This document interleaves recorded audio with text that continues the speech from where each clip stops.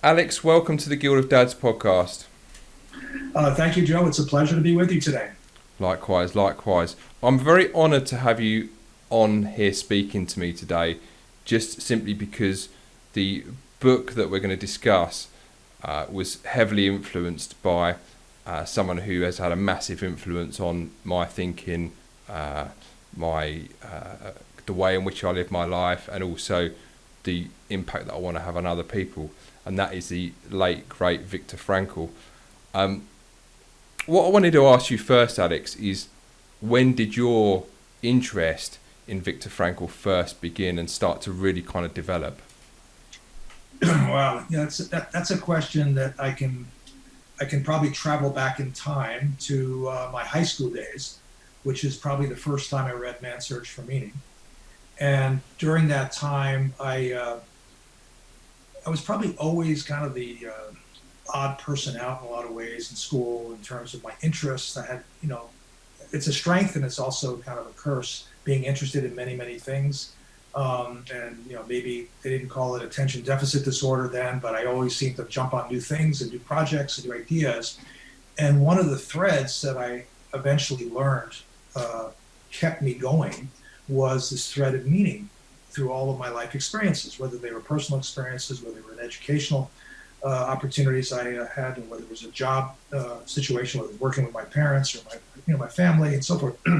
So I could go all the way back then to a teenager where, of course I hadn't met Viktor Frankl at that time, but I certainly was drawn to that particular way of thinking.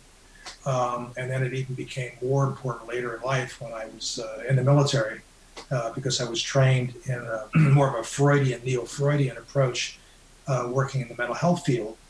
And so I realized that type of model or framework, it didn't resonate with me. Mm-hmm. So when I remember going back to my years in high school, all the way to in my early 20s when I was in the military, really started to change my way of thinking. And I said, I have to devote myself to something. If it's not meaningful in terms of the values and objectives, then I don't want to go there. And so, that steered me in a lot of ways that maybe as I look back on it, I can say, well, do I have regrets? I didn't do this or do that.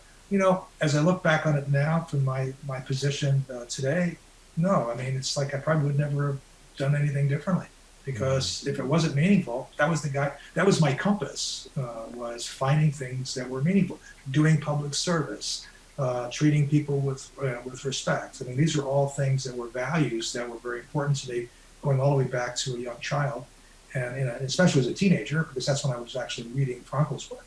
So I'm always driven by his, not just his brilliance and his ageless wisdom, but his legacy. I mean, he lived, as you know, having read his book and read Art, Prisoners of Our Thoughts, he lived in times that were much more horrific than we're facing today with this pandemic. And to see somebody who's so inspirational, who's so able to overlook and not hold people responsible for his situation, was eye-opening for me. I mean, we can talk about that a little later. He argued against the notion of collective guilt.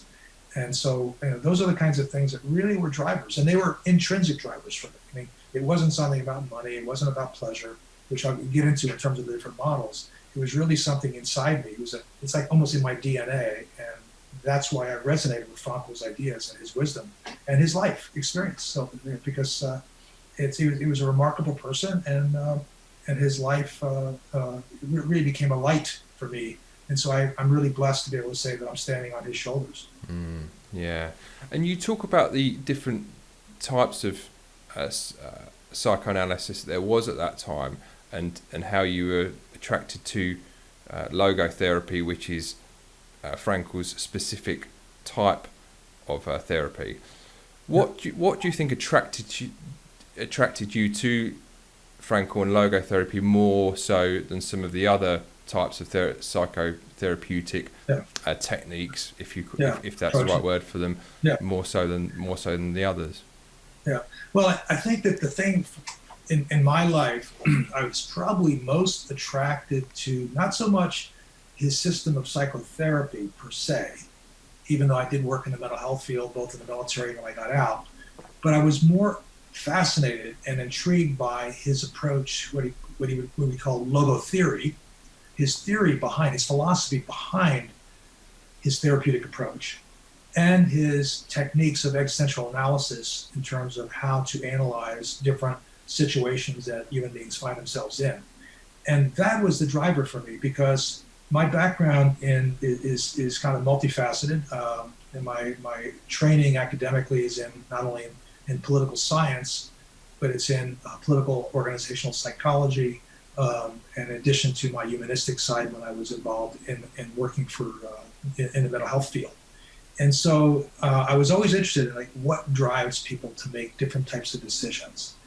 And Frankl's idea of the will to meaning, it's not only resonated with me, but it's become that compass compared to, say, the Freudian approach, which is that pleasure principle, the will to pleasure, or Alfred Adler's, the other Viennese psychiatrist, notion of the will to power, which also includes the idea of money and trying to have control over your environment. Well, obviously, when you're somebody who's in a concentration camp, as Dr. Frankl was, I mean, he didn't have control over his environment. He had control over his own response to the environment. And so that was, to me, like an eye-opener. And the interesting thing is because it also resonated with me because so much of what he talks about, even the name logotherapy, has deep Greek roots. And so when I go back and I look at, you know, the work that I've done in the area of writing The Opal Way book with my wife Elaine, we went back to the pre-Socratics. We went back to, you know, the great thinkers in the Western world, the Western civilization, i.e. the Greek approach, and realized that they were struggling over 2,500 years ago with the same search for meaning question. And I think that that's the part that really made it, because, you know, it's not enough for me to see that, well, if we, you know, have pleasure in our life, that there's no guarantee that that pleasure, true pleasure, is going to last very long. It's very fleeting. It's more than likely it's external. We shop until we drop. We do sex. We have all this kind of thing. But what is it that drives the intrinsic human being to do things that actually are that go beyond themselves? And that's where the meaning approach, the meaning-centric psychotherapeutic approach, and the philosophy and the existential analysis approach probably fit in the best in my mind. And Dr. Frankl referred to it as a height psychology as opposed to depth psychology. So it's like the idea being is that, you know, I don't really care so much about necessarily, totally, how I was trained to do, you know, my potty training and what impact. I mean, there may be some things about it maybe that affected me in certain ways, but I'm more interested in, from here going forward, how can I improve my life? What are the things I need to do now? Because I could spend all my time looking in the rearview mirror and saying, I should have done this. Why did I do this? Oh, that experience is driving me nuts. Because, you know, as an Army veteran, you know, there are many people of my genre and, you know, my vintage, my age, who had experiences that are either similar or worse than mine, or even less so than mine, who, you know, are living on the street. They're unable to really find joy and meaning in their life. And I feel for them. That's why I'm very dedicated to helping veterans. But what is it about, you know, their lives and their motivations that forced them to move in a direction in which they became homeless or whatever? Some of it is systemic. Some of it is, you know, the medical model of how we treat people. We load them with drugs, pharmaceuticals. But I want to go deeper into the intrinsic. What are the things that are inside people that maybe we can help them flourish in a way that they've never done before? Yeah. And I think Frankl's approach is the one that is the most in line with my thinking in that regard. Yeah, and it sounds like what you're saying is that it's actually this notion of taking responsibility for your future rather than blaming somebody else for your past. That's distinguishing feature between these two different schools of thought, which seems to have formed out of necessity in some respects when Frankl was in the position he was in a concentration camp and didn't have any control over the external the external things that were going on. The only thing that he could control was what was going on inside, and how he took responsibility for what was going on inside. Yeah, and I know that sounds to a lot of people who might be listening. They say, well, that's good for him, or he was a superhero in his own way, or whatever. No, it's not. We all have that capacity. And I think that's the part that makes it very important for the work that you're doing, the work that I'm doing, and others like us, to help people recognize that they do have a personal responsibility for their own lives and how they approach life. Obviously, we want to see society improve in such a way where we also have a collective responsibility to ensure that people are in fact, have opportunities to excel, to reach their full potential. I'm not always convinced that the politics we see today are going to allow that to happen, but that's another podcast. So the idea is that you're right. I mean, we do have something in us, but that's something also that is important to Frankl and to the work that probably you're doing and I'm doing as well. In that, when you talk about meaning, you start talking about the kinds of things that bring joy and fulfillment into our lives. So many of those things are intrinsic. They're not extrinsic. It's not about how much money we make or whatever, where we live. They're intrinsic. And then on top of that, they're self-transcendent values and experiences. So it's extending beyond ourselves. And, Viktor Frankl wrote another book that was basically his doctoral thesis in philosophy that was translated in English as Man's Search for Ultimate Meaning, because he was a very spiritual person, as I am as well. And so the idea is that if you don't believe in spirit, if you're basically so secular in your thought that you can't imagine anything outside of ourselves, and this is unfortunately what many of the existential philosophers, say the 20th century especially, believe that this is it. And when we die, we die. We fertilize the soil or whatever. And they don't necessarily believe in that sense of self-transcendence and spirituality. And I'm not talking necessarily about a particular faith-based orientation or religion, denomination. I'm talking about, are we so arrogant to think that there's nothing beyond us? I don't think we should. I think that there's something greater than ourselves. And if we don't have that sense, you can imagine why, and Frankl found that in his experience. I found that in my own military experience, that people who gave up on life, who didn't believe there was anything beyond where we are right now, were much more likely to either succumb to despair, boredom, become depressed, become suicidal. And we're going to see that today. I mean, when we're talking about these lockdowns, I mean, so much of the collateral damage that's being done, and I truly believe, and again, this is where I'm really frustrated by this cancel culture.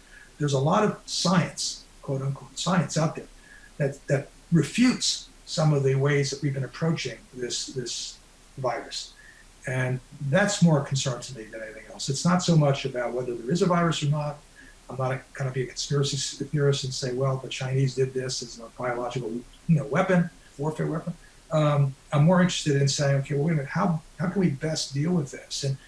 And when I see this, the percentage of people who are having mental challenges, and I'm talking about severe ones, right? Depression, increase in domestic violence, alcoholism, drug addiction, and so forth. I mean, I think the collateral damage is going to be much greater. And this is a case where, even though in the States people made fun of Donald Trump, we're talking about, well, we don't want the cure to be worse than the disease. I think at some point we have to, you want to talk about a woke culture, we need to awaken ourselves to the fact that, we may be dooming ourselves by not allowing people to get sunshine, to get air, when I think about all the older people who didn't get a chance to celebrate the holidays with their families, they may not have holidays this next year. That was it.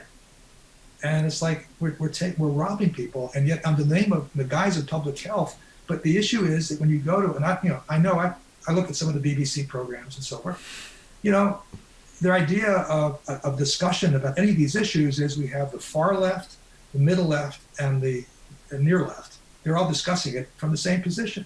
And we don't have counterpoint. We don't say, wait a minute. They'll say, well, we're following the science.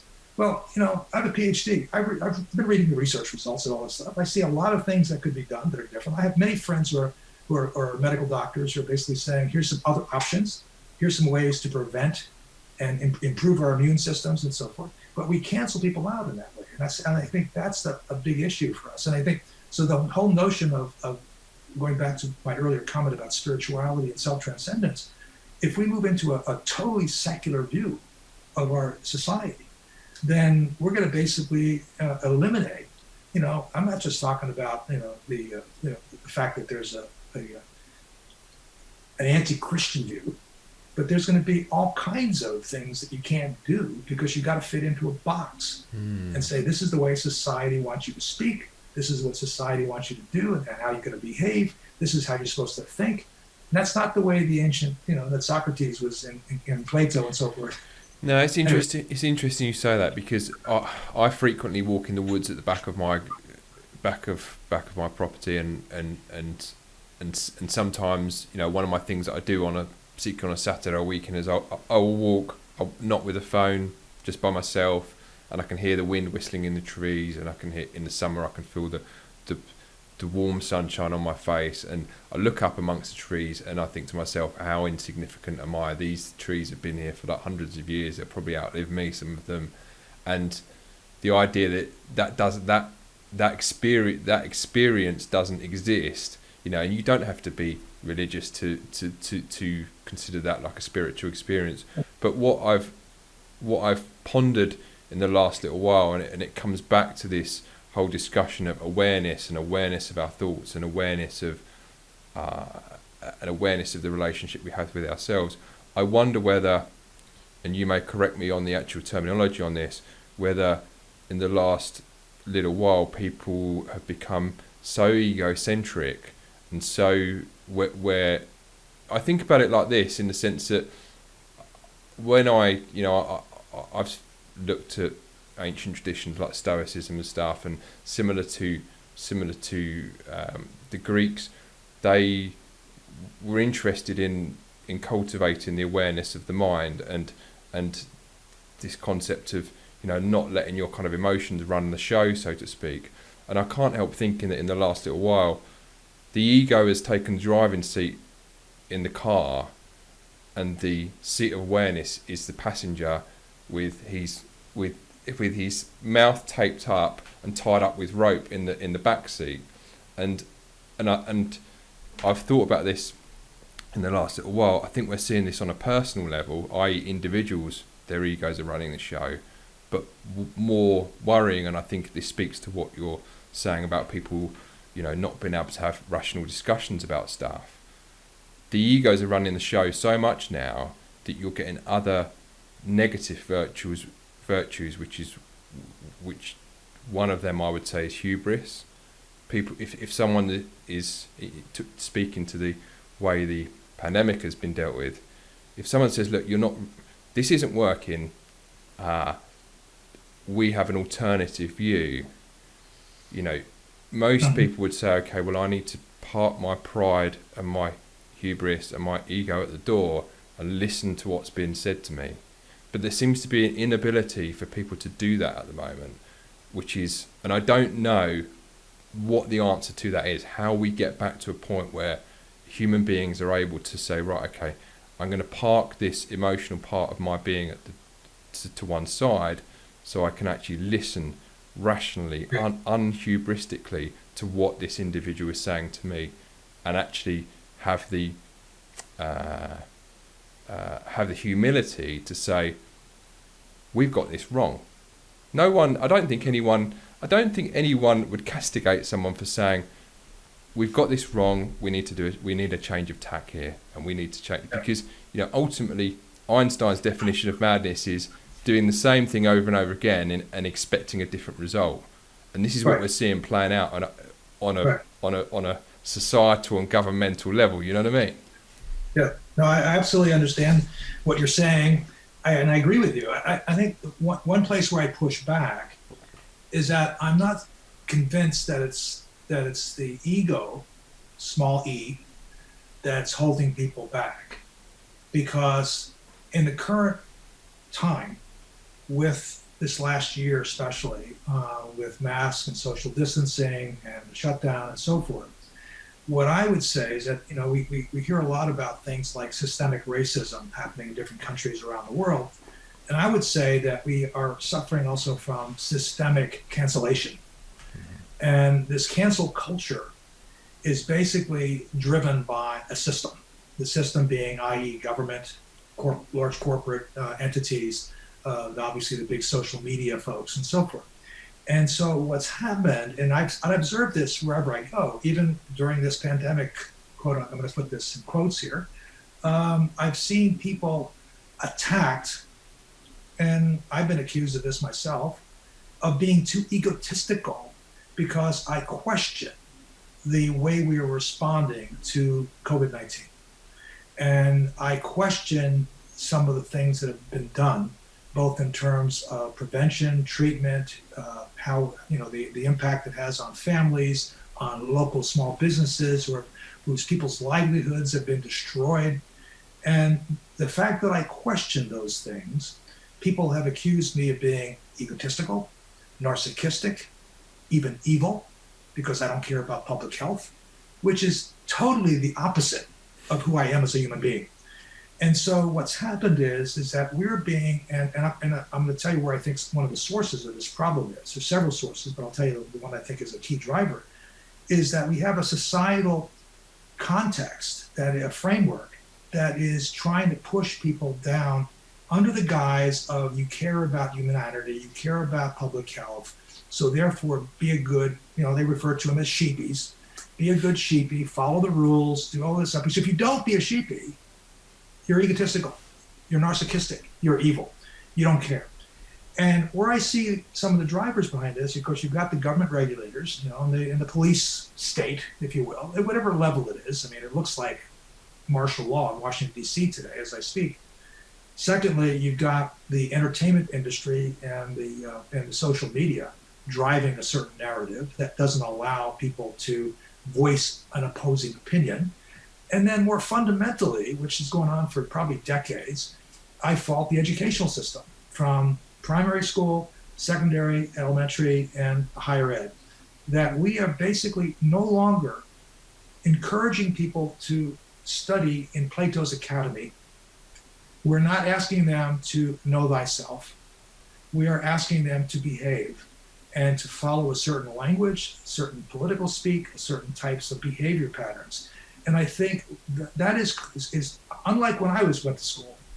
I'm very proud, actually, to be as old as I am and to be alive still to this day, to be able to say that I had a great education. I was part of a debating society. I even wondered how to even have debating societies. I had many, many friends of every race, color, creed, and we could agree to disagree. But we expressed ourselves. And I've written about this. I said, look, if you don't express your opinion, you might as well not have one. But we're not allowed to express our opinion. We're not allowed to go on TV. We're not allowed to, your podcast after today might get shut down because you and I are talking about this. Who knows?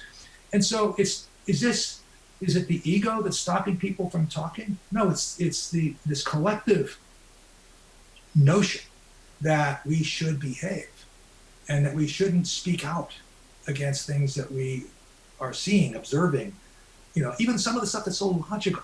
How in the heck can you wear a mask to go into, when you could, now we're shut down, go into a restaurant, and then as soon as you sit down, you can take your mask off.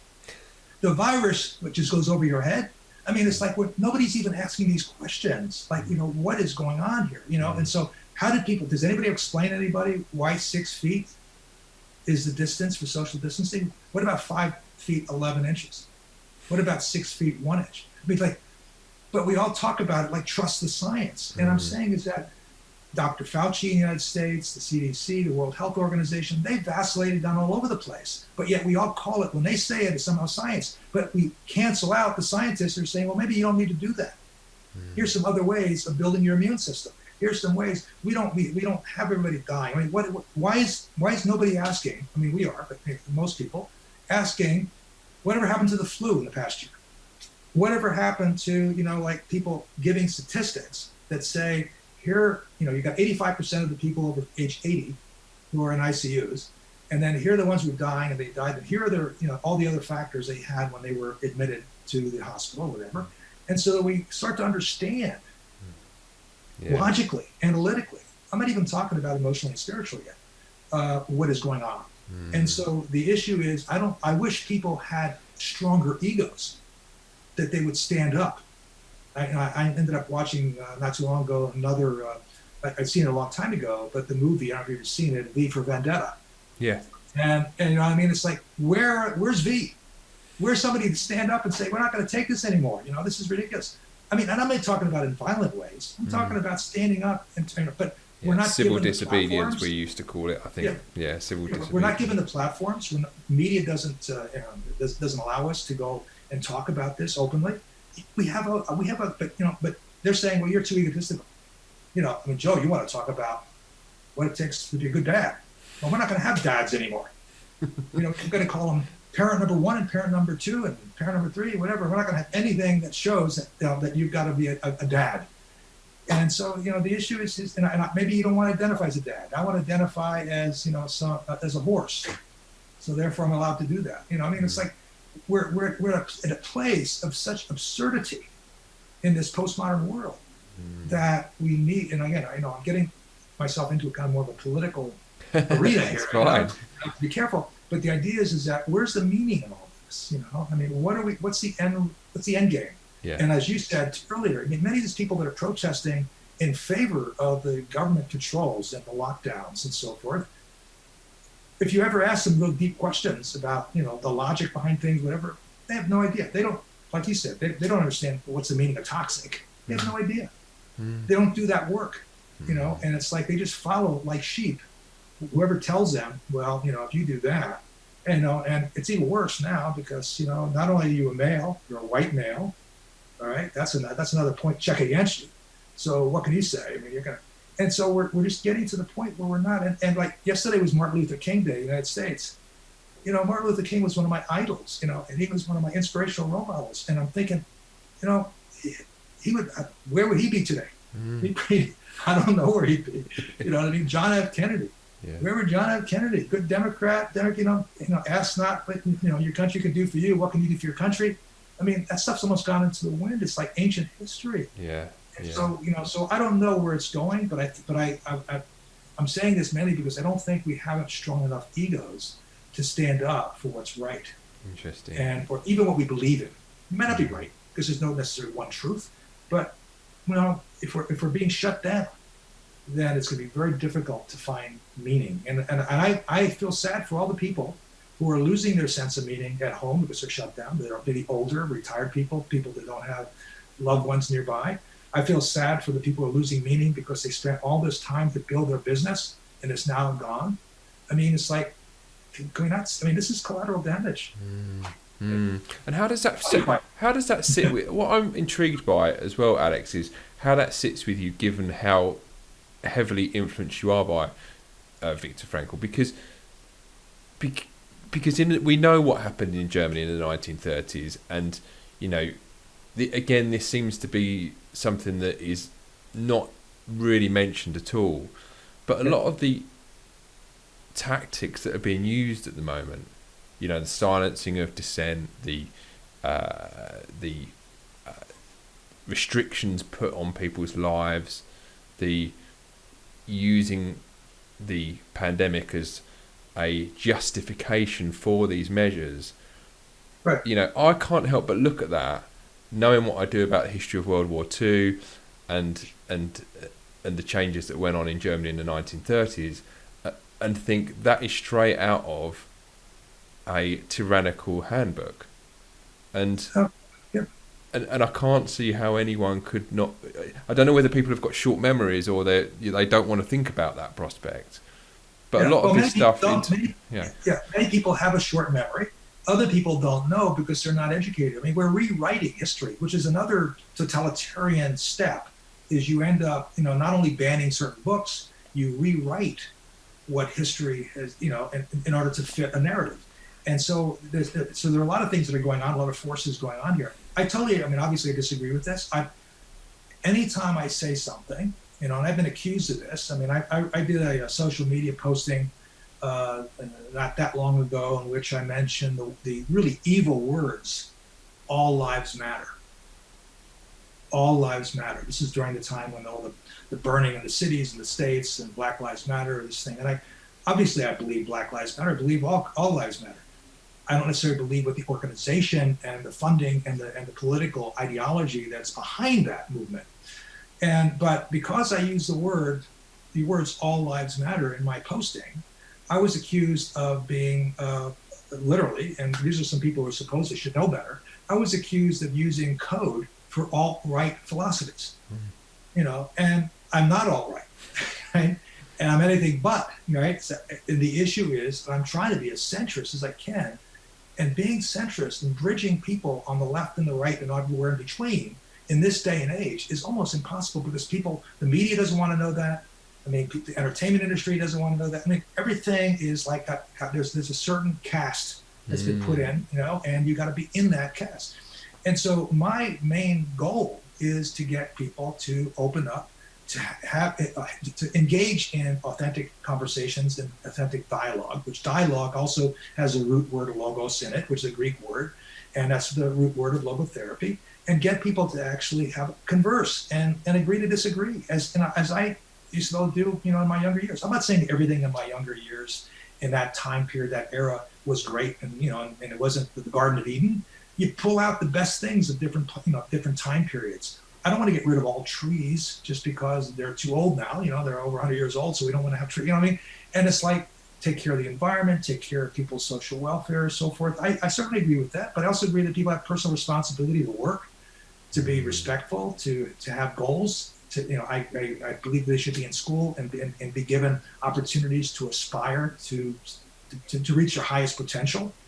And so I think that these are some of the things. And so it's very, very frustrating for me at this stage in my life, because I lost a lot of brothers and sisters during my time in the U.S. Army, and it bothers me because I've been trying as best I can to live my life with meaning, not just for myself, because that's not really the whole story. The whole story is I'm living my life because of all my fallen comrades did not get a chance to live beyond their early 20s in some cases, in some cases the late teens. And so for me to complain about my life, to not want to be opinionated, to not want to express myself, would basically mean that all the freedoms that they fell for, they died for, that I can't take them for granted. I got to say, look, I have to stand up for something. And so the idea behind the search for meaning is we all should be going there, and we all should be looking, but it's hard work. You know that. Yeah. I mean, why is it that men, are just now starting to catch on to doing some meaning-centered questioning about their lives, their relationships, their jobs, whatever, their kids? I think this is something that's finally coming into the forefront, but it's coming at a time where it's going to collide with an ideology that doesn't want that to happen. And I think that's the irony of the whole thing. This whole collectivist, secular, socialist, communist approach that I'm witnessing, at this day and age and in the Western world, it's ironic because, just like you said, people don't know what toxic is. They don't even know what the hell communism is. They have this, these young people that are running around marching and doing all this stuff and everything else. I mean, they have no idea. They've never been in a communist country. They've never done anything. They've never seen this stuff, and maybe they've never even studied it in school because the school doesn't want them to know about this other stuff. Yeah. And so we take down statues. I mean, keep the goddamn statues up. Pardon my French. And put a little plaque next to it if the person did this or that. But don't erase all of history, because if we erase it all, we're bound to repeat it. Yeah. And then it's going to be doing the same kind of stuff you're talking about. That like going over and over again the same thing and expecting a different result. I mean, let's learn and grow. And this is I think this is one of the most powerful messages that comes out of Viktor Frankl's life and legacy, is he was able to do that in spite of the horrific experiences that he had in his life. And he was able to be a role model for others and to inspire other people and to give them hope and some sort of a manifest destiny, if you will. And I'm hoping that you're doing that I'm doing that, and we can still, before we get shut down completely and canceled. Hopefully not. The podcasts at the minute are one of the few places that I won't say untouchable yet, but they're there's discussions around what is going to be the future of it, and it could well be that the police are knocking at your door there, Joe, so be careful. Not yet, fortunately. So how did your meeting with Frankl actually come about, and what was it like? Was it the first time you met him? Because he passed away in 1997, which I think is the same year that you met him, wasn't it? I think. Well, no, it was the year before. Year before, okay. The year before is the picture that's in the book, and at the time, I had been elected president of a international nonprofit professional association called Renaissance Business Associates, RBA, and RBA's goals, were to elevate the human spirit in the workplace and to advance sound business ethics. Two things that we still need to be doing to this day. Anyway, I was the RBA president, and so I had opportunities to connect with a lot of people. I mean, from all sides of the world. I mean, from people who did crystals and seances to people who were looking at organizational change, organizational development, human development, so forth. And I was planning to go speak at a conference in Switzerland as president of RBA, and I had been in touch with Dr. Frankl's son-in-law, who I still consider I'm staying in touch with, and is a great person and a friend. And so it was through him that I made the connection. Say, look, I'm going to be in Switzerland. I'm going to, I'd love to come over to Vienna and spend some time with Dr. Frankl and talk about what I was doing. And at the time, I was contemplating writing a book that would be focused on kind of mainstreaming, because again, not as therapy, but as not even a self-help thing. It was really kind of more of a developmental application that anybody could do. You didn't have to be saying, well, I'm in therapy. You could apply these things in your everyday life, in your everyday work, and you can do it in your family level, whatever. I had somebody just today in the States, a minister, asked for permission to do sermons based on the chapters in our book, Prisoners of Our Thoughts. So that's how, touched and significant this minister's thought, the message was. So, so that was kind of the impetus. And so I ended up going to Vienna. I stayed at a hotel near where the Frankl residence was, near the University of Vienna campus. And that's where we met. And that's when I presented the idea of writing a book that would mainstream his ideas, his thoughts for the non-clinical, non-therapeutic audience, the trade audience, which obviously that became a book that's now in over 20 languages. Third edition. It was just named one of the top, in a list of the top 100 books, meaning of life books of all time. So, which I'm pretty proud of, the fact that it's a relatively new publication, overall.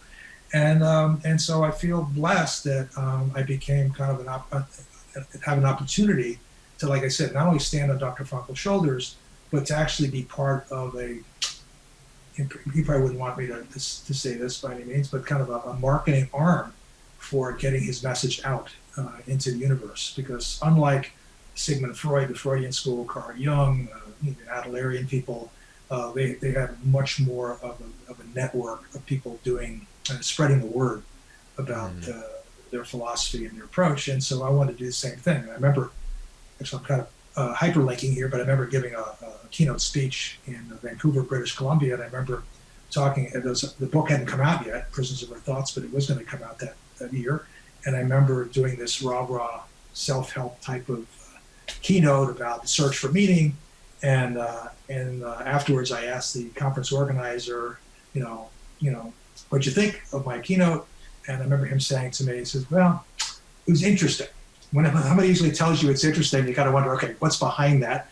And then the next thing he said was, he says, well, you're kind of like the Tony Robbins of psychotherapy. So I don't think he was really saying it as a total, compliment, but I took it as that because I have a lot of respect and admire Tony Robbins, who also, by the way, has recommended the book. So, it just kind of evolved from that, and it's grown, and meaning has legs.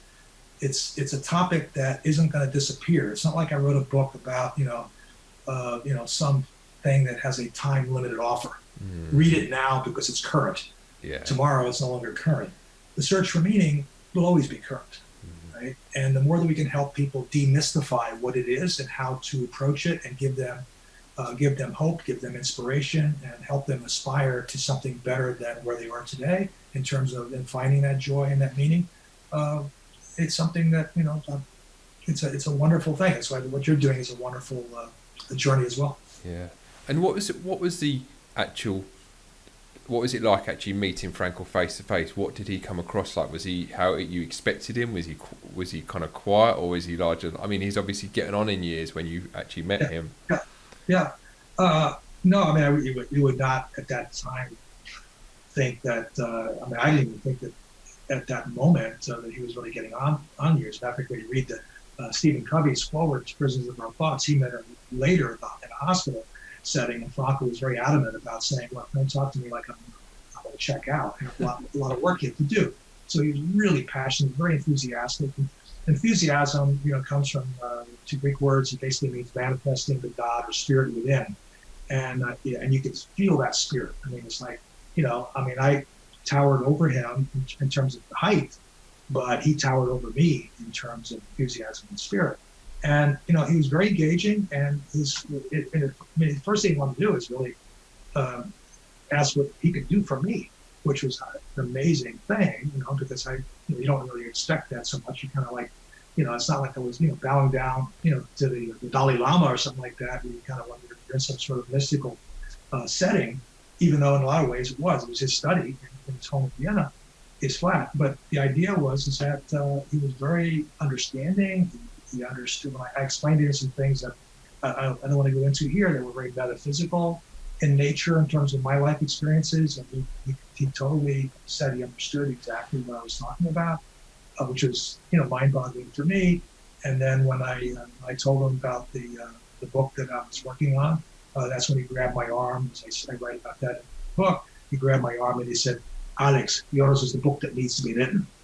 And that became kind of a stamp on my soul, and it's stayed with me ever since. So that's why I said I will always be, not just grateful and feel blessed and honored that I met him, but also feel loyal to his life and legacy. And that's never going to change in my life. It hasn't.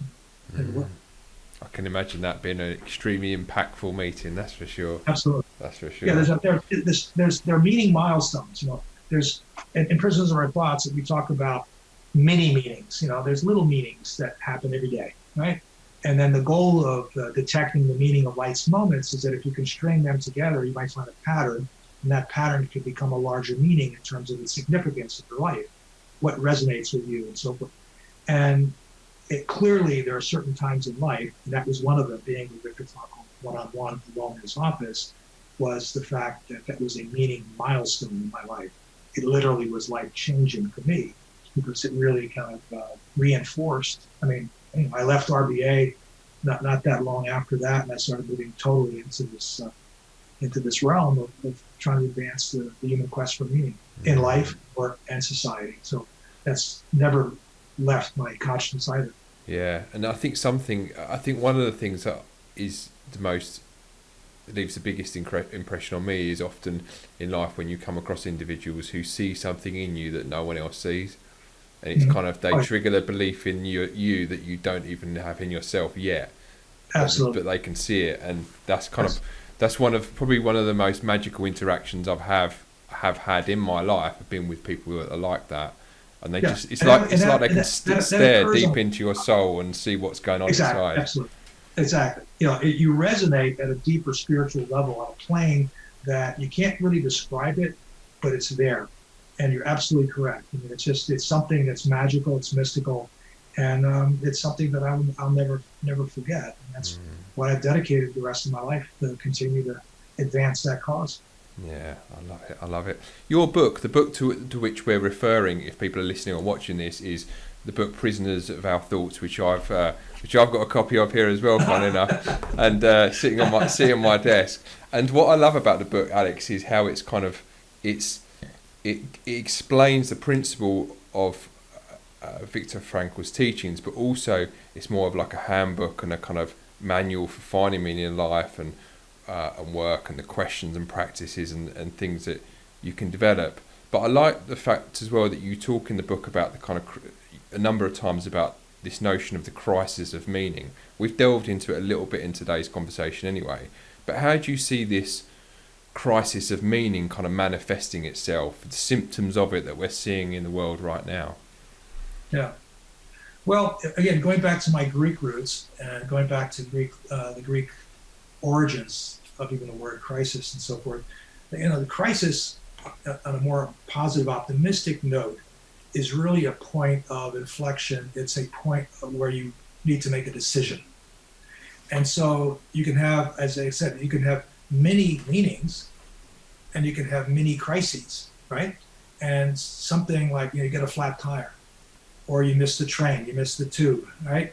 It doesn't necessarily mean it's the world's going to be shattered and fall apart, but we have all those. And so today you have a situation where you have a crisis of meaning, and the reason we like to write about it as a crisis of meaning is because it's not something that is just specific to any one locale, one type of person or community or whatever. It's global, because people are questioning the meaning of their existence, whether it's the meaning of the job that they have, the career path, their relationships. They're questioning, are we going to have a future financially? What about the environment? I mean, are we going to have trees? Or are we all going to live in a world like the movie Soylent Green?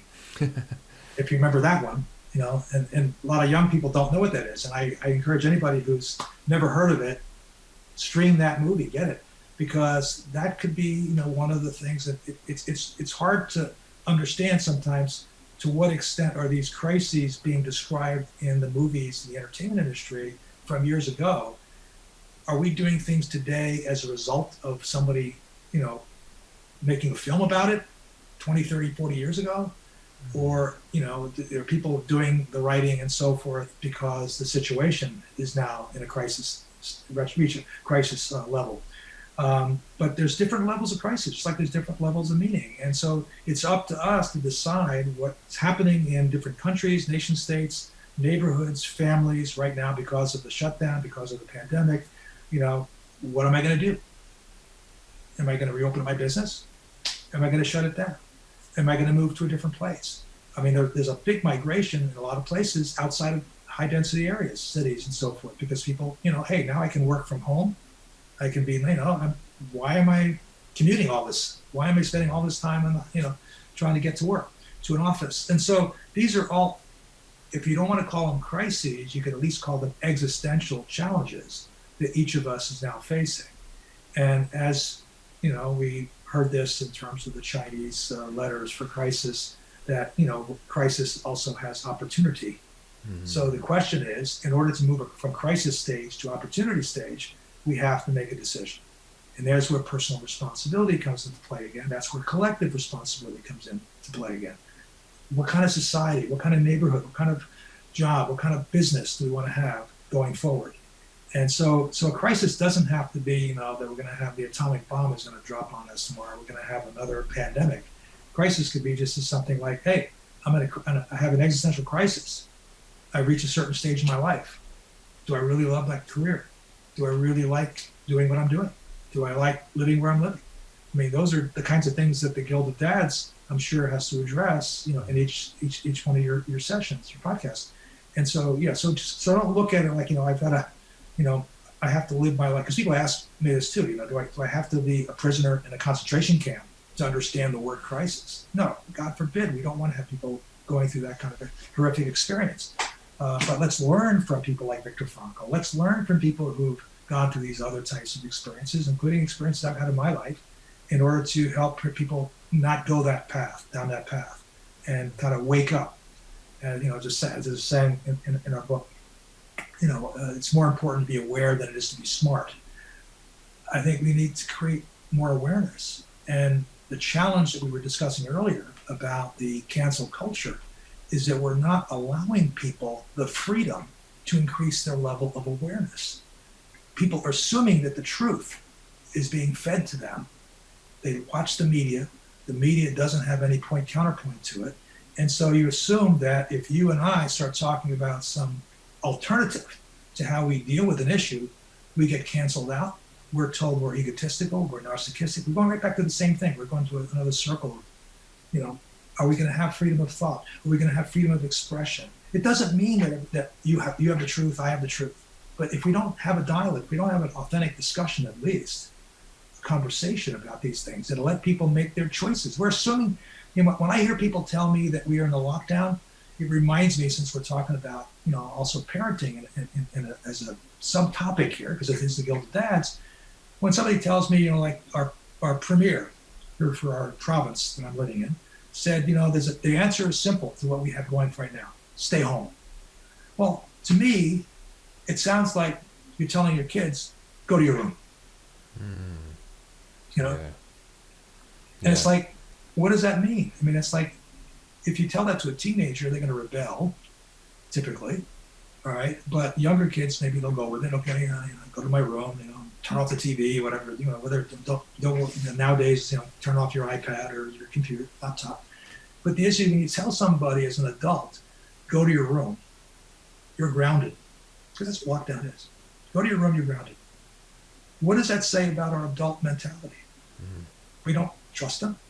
They can't be personally responsible. And there are cases around the world. There are places in the United States and so forth where governors and mayors and so forth have been much more flexible about, you take personal responsibility. You want to open up your business, you take care of the safeguards, for the people. And obviously, if you're afraid of going out, and you need to wear a mask, or you're afraid that somebody's got, other factors that could potentially impact negatively their health, you take care of them, you focus. I mean, last year at this time, we should have been focused on taking care of long-term care facilities, nursing homes. I mean, we see that's where the predominant, problem has been, instead of focusing on shutting down the entire society. So again, I'm giving you my political view here on this, but it's a response. It doesn't mean that people have to agree with me. I don't care. I mean, I know people don't agree with me. But the problem is that when I share a view, like I just did, typically I will get some response, and you probably get a comment on this podcast that I'm an idiot, that I'm narcissistic, I'm egotistical, I don't care about public health, I don't care about humanity, which is not the case. But I can't even express an alternative point of view in an era in which the cancel culture and political correctness has taken over, increasingly. Yeah. And it's accelerating. Yeah, it's an orthodoxy. And I think the thing is that if there's one thing I've noticed from speaking to people on this podcast, is that when you have to dialogue about stuff, you come to conclusions, and you get insights that you like.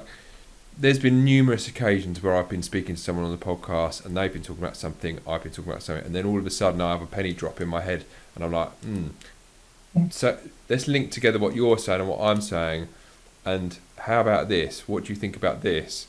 And then all of a sudden that is like the seed of another idea or another thought or whatever.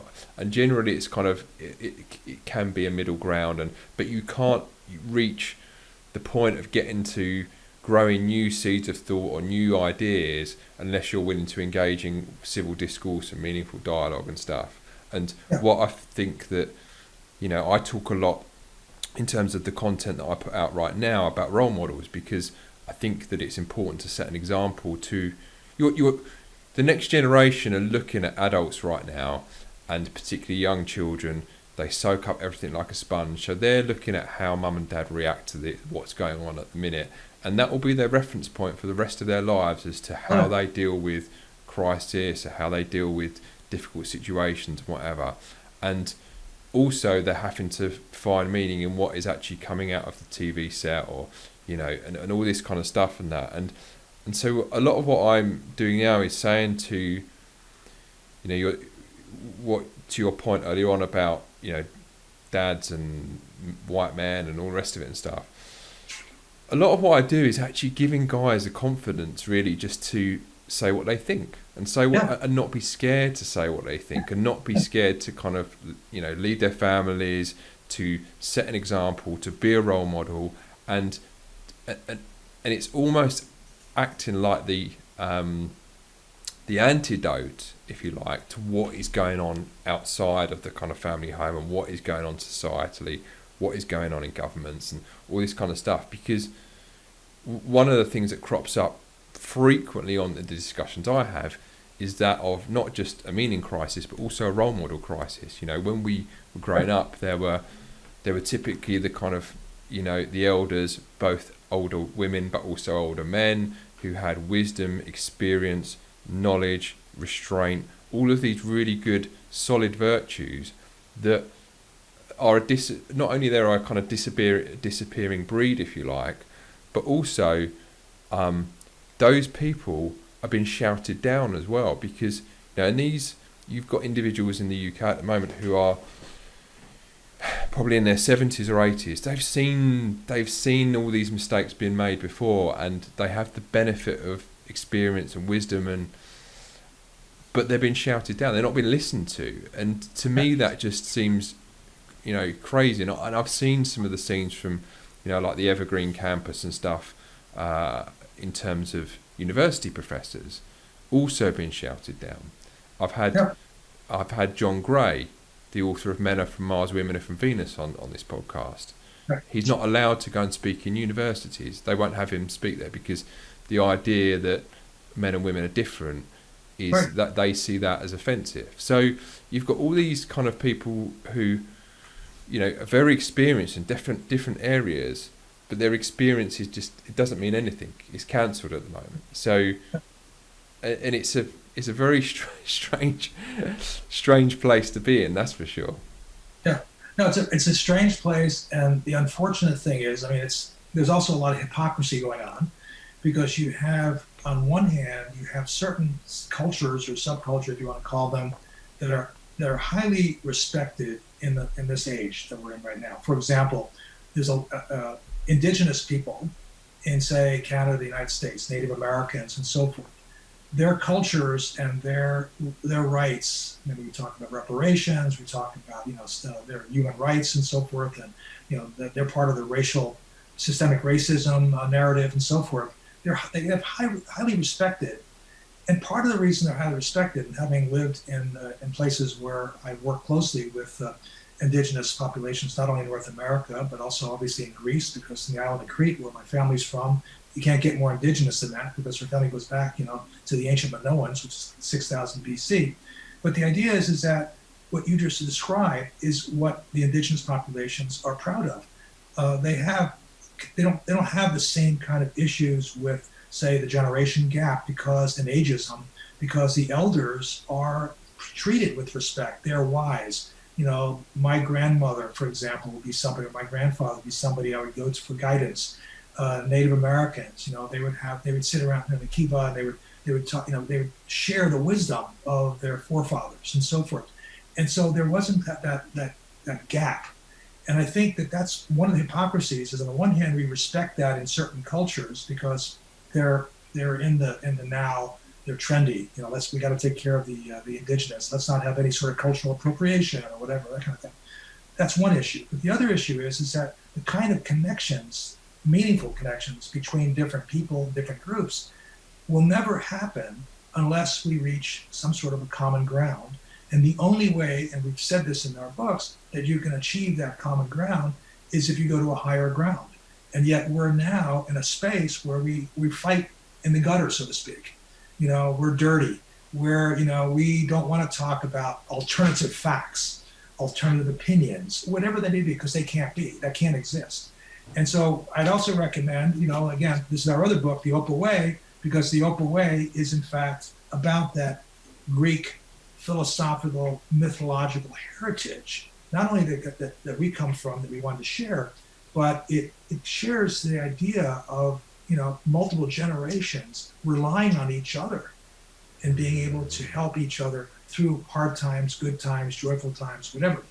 And it's ironic because when this book came out, The Opal Way, because it is a book that is grounded in ancient Greek philosophy and mythology, some of the criticisms that I would get, whether to my face or not directly, is the fact that Greek philosophers are a bunch of old white guys. So therefore we discount them. They're not, you know what I mean? And it's like, and there's actually people trying to rewrite history and trying to make ancient Greeks different than they were. And so the idea is that why can't we just accept the history and have a discussion about it, pull out the things that matter the most to people in this age, agree to disagree when the time is right, I mean, and not, want to go to war. Oh, and it's worse than a war, because in a war, you battle it out with your opponent.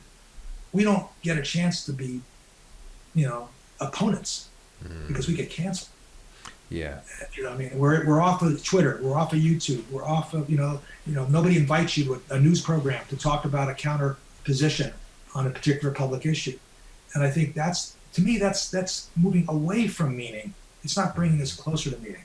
Because ultimately, we're all like human beings trying to describe, we're blind, and we're trying to describe, that might even be politically correct to call this now, we're blind people trying to describe, an elephant, and we're at different positions. One has touching the tail, the other one's the trunk, and the other one's, by the foot. And so we don't really know, because we're blind, what the actual truth is, that's an elephant, and it's this size and this shape and this kind of thing. And I think we presume, when you hear these stories and you see the ads on TV and you see the movies and you see the narratives that are being pushed out by the media, that they have the absolute truth. And it boggles the mind that, well, maybe there are other ways of looking at things. Yeah. And it doesn't mean that you're wrong. It doesn't mean I'm right. But why can't we discuss these things as civil human beings? Yeah. And I think what Viktor Frankl wanted was people to achieve their full humanness, and that's the reason for the search for meaning. And I think in many respects, the political narrative that's being pushed today is going to run counter to people achieving their highest potential as human beings, because it wants to fit them into a mold. And that's going to basically pull us away from the human quest for meaning, because government and social media giants and businesses will tell you what your meaning is. Yeah. And I disagree with that. And also the strong message that I took from the actual spirit of logotherapy as well is one of taking personal responsibility. And if you're constantly blaming someone else or portraying yourself as a victim, that in and of itself is going to take you further away from meaning. Surely it's going to take you further away from meaning.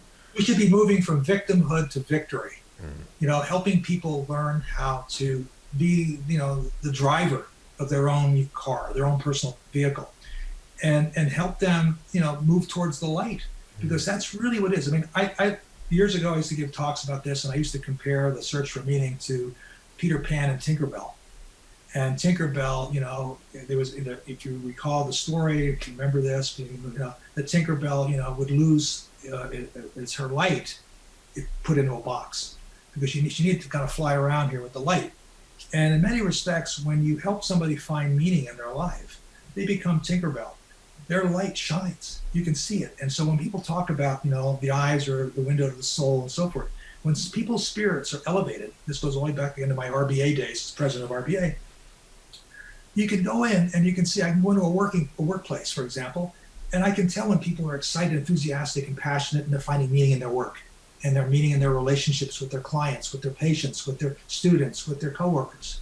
I can go into another setting, and it's like a scene from the movie. If you've ever seen the movie The Sixth Sense, I see dead people, because they're going to work, they park their soul back at home or outside the door, and they're just basically robots. And we're increasingly moving. And I mean, eventually, why not? I would just turn everything over to robots and AI and see where meaning goes with that. Good luck. So yeah, we covered a lot of different topics here. So it's like I said to you before we came on air tonight, Alex. I'm sure that I could probably do a 5-hour long form discussion with you, and we could go everywhere. Yeah. And we probably will do repeat and go on into some of these concepts, because I'm sure that we're going to have another discussion. That is for sure. But I've thoroughly enjoyed our discussion this evening. It's been an absolute privilege speaking to you and hearing, the inspiration behind your work, the influence that Viktor Frankl had on you, your meeting that you had with him. And yeah, it's just been an amazing discussion. So I'm eternally grateful to you, sir, for joining me on this podcast. Thank you so much, Joe. And I look forward to staying in touch with you, and ideally one of these days connecting in the UK or maybe Greece. Definitely. I'm dreaming it of the Mediterranean sunshine There you go. and crystal clear I waters. think a lot at of the people moment. are right now. Well, thank you so much. That's all right. That's no worries at all. If people want to link up with you and find out more about the work that you do, what is the best way for them to do so, Alex? Well, our main website is Global Meaning Institute, all one word, globalmeaninginstitute.com. And they can also, I think I posted something about I write a column for Psychology Today online, so they can read some of the articles that I posted there for the last few years. And, just shoot me through our website an email if there's any questions for follow-up. Okay, that's excellent. I look forward to seeing this posted as well. Yeah, definitely, and I'll send you all of the info on it as well, and link you up. That's for sure. Yeah. Read the books. There you go. That's my only marketing plug. Yeah, that's because all right. I think that's one of the best ways to kind of follow up with what we talked about today. Yeah. And I'll say my last word here. There's a German psychologist by the name of Hermann Ebbinghaus, who is kind of in the memory and retention field, who came up with a notion called the law of the forgetting curve. And basically, I'm going to simplify it, but basically the forgetting curve says that after 24 hours, most people, whatever information they're presented with, will start to lose, 75% of the information. After 30 days, it's over 90%. And so, a few months from now, people will forget anything I said here on this podcast. So you need to find ways to alter the forgetting curve. And one way of doing that is reading the books, reading some of these articles to follow up, asking questions, following you on your podcast and so forth, because that'll help people keep this in their consciousness. Excellent. So with that, I will close. I'm gonna ask you one last question before I send you on your way, and it's a question that I don't prime any of my guests for, but it won't come as any surprise to you. Okay. Alex, what is it in life that gives you meaning? I think the thing that, I'm going to kind of steal this in a lot of ways from what I learned from Dr. Frankl, but to me, the most important thing that gives me meaning is the search for meaning. The fact that I have that consciousness that doesn't allow me to say, I've reached the meaning destination, it's over with.